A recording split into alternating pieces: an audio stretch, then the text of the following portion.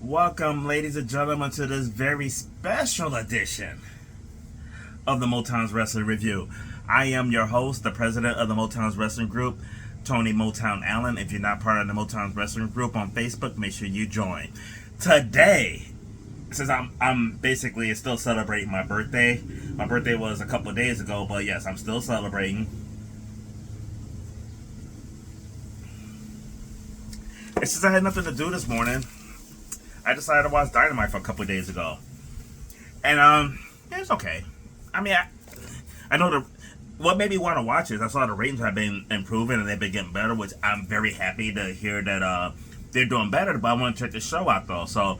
But my review right now is coming with a slight disclaimer though. I really haven't been following a lot of AEW, so my take might be a little bit different than your take if you watch it weekly.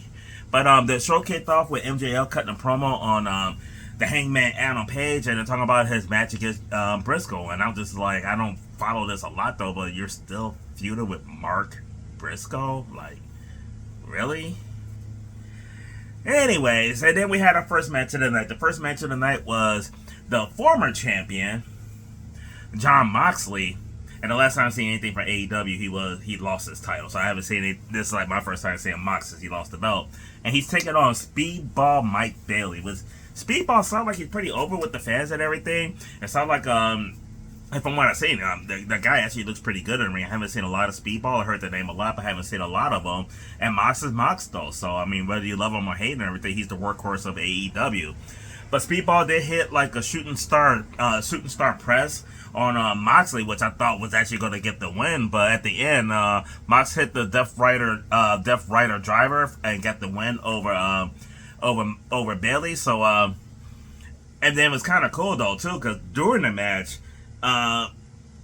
Real Unit got kidnapped by Darby Allin. So when at the Mox win, him and Marina went to look for them, and they ended up finding Real Unit in a body bag in the in the parking lot though. So that was pretty. That was kind of funny actually. I don't know why that made me laugh, but it made me laugh.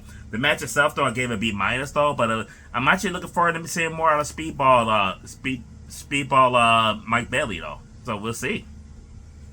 Next up, we have a women's fatal 4-way to see who would get their shot at Mercedes Moné, belt bitch herself. The bitch has been annoying me so much that she fell to third on my favorite horsewomen. Because Bailey ended up passing her. And I'm sorry. After the, oh, you can't see him anymore, can you? Comment out of Becky Lynch. She's creeping up on Mercedes Moné as well. So, but they're having a fatal 4-way to see who can take on Mercedes Moné at Forbidden Door in a couple of weeks. You had Alex Winsler, which honestly I'm not familiar with her at all. Queen Amata, or however you say her name, the Queen herself. I'm very familiar with her. She not a big booty. Not that big of a booty, but it's nicely curved. Like, you could definitely, you could do the smiley wiggle on that one. You could definitely do the smiley wiggle on her booty. And we have, speaking of booties, Sky Blue from Chicago, Illinois. Oh, I will put it on Sky Blue like this. And Billy Starks. For me, I was picking Sky Blue in this match, but not knowing what's been going on in the women's division at AEW, I really had nothing to go by as far as like making a pick, other than the fact that like I love Sky Blue's booty.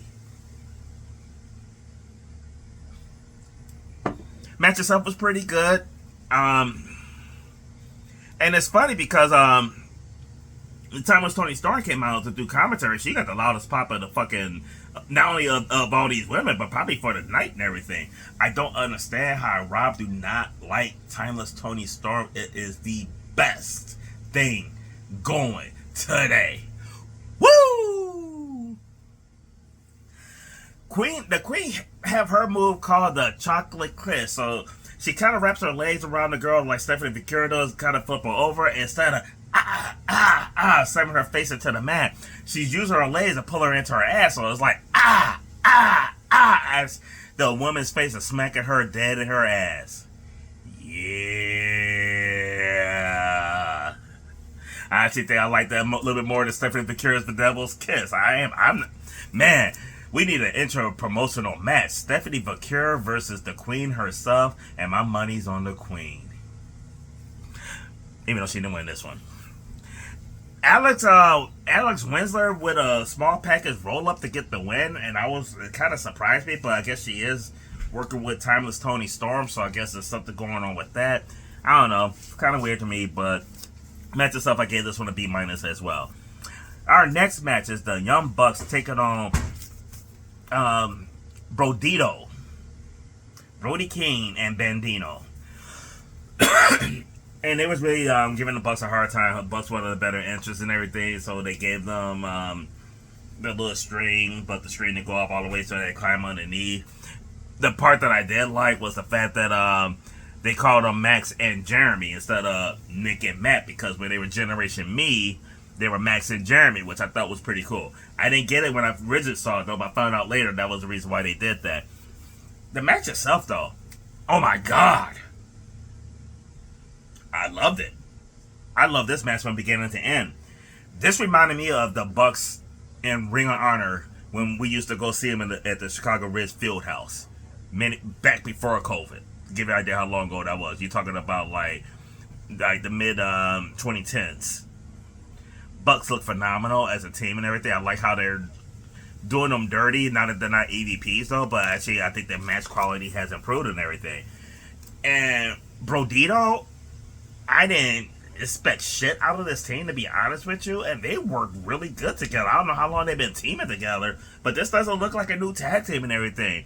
Both teams had good chemistry. They had a lot of good spots in here and everything. There was they did the what they call it, the Meltzer driver. The Young Bucks did that, which I thought was pretty entertaining. Brody King had like a series of super kicks to lead to the finish of the match. I just thought they both teams did wonderful in this match.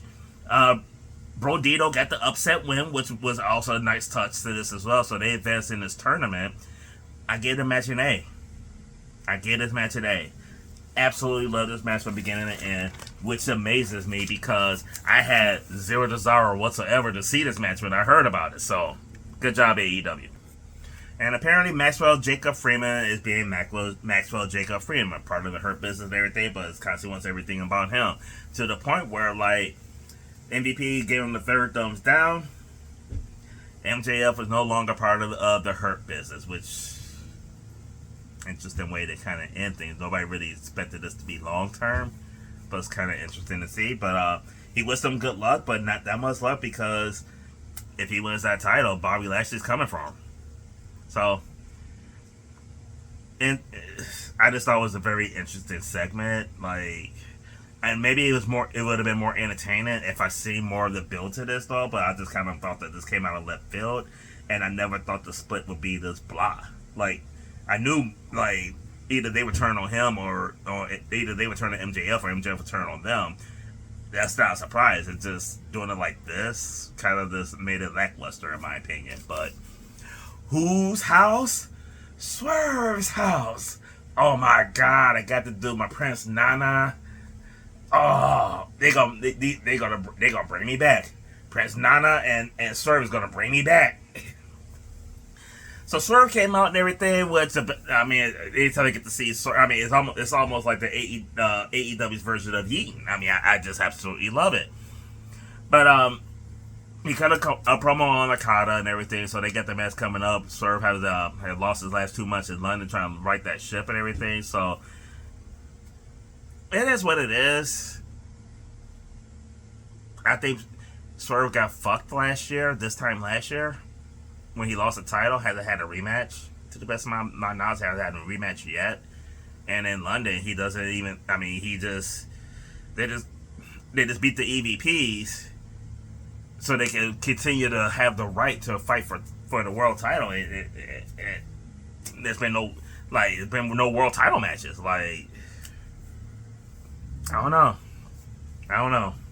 We'll have to see how this goes though. But Swerve and Okada at All In, All Out, whatever the fuck they're doing.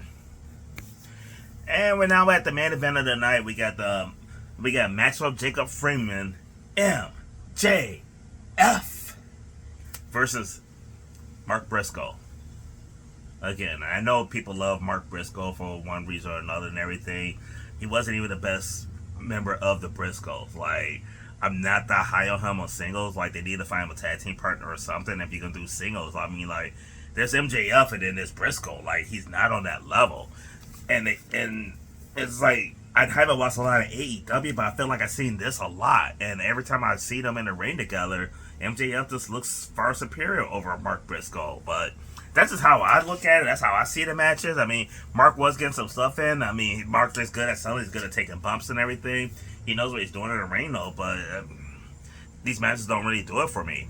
But MJF hit with the power driver and everything, got the 1, 2, 3. But when he hit the power driver, Mark Briscoe's foot was on the rope and the referee didn't see it. MJF kind of like, you could definitely tell it was there from MJF's reaction, and he kind of knocked it off over there. So that was definitely good. I kind of like how they did that, though, because they, MJF gets the win, but you kind of keep Mark relevant winning this way. I gave the match itself a B. And then, of course, during this match, we have some outside interference come out. Like, first MJF busts open Mark Briscoe with the Dynamite diamond ring. And then out comes Hangman Adam Page trying to make the save. So, it is what it is, I guess. But the match itself, I gave a B. My match of the night, honestly, was the Young Bucks versus Brodito. My tap out of the night is just seeing Mercedes Moné. She is my tap out. Then, now, and always. But my moment of the night was the timeless one, Toni Storm. Anytime she's out there, that's a moment of the night. So tune in for SmackDown tomorrow.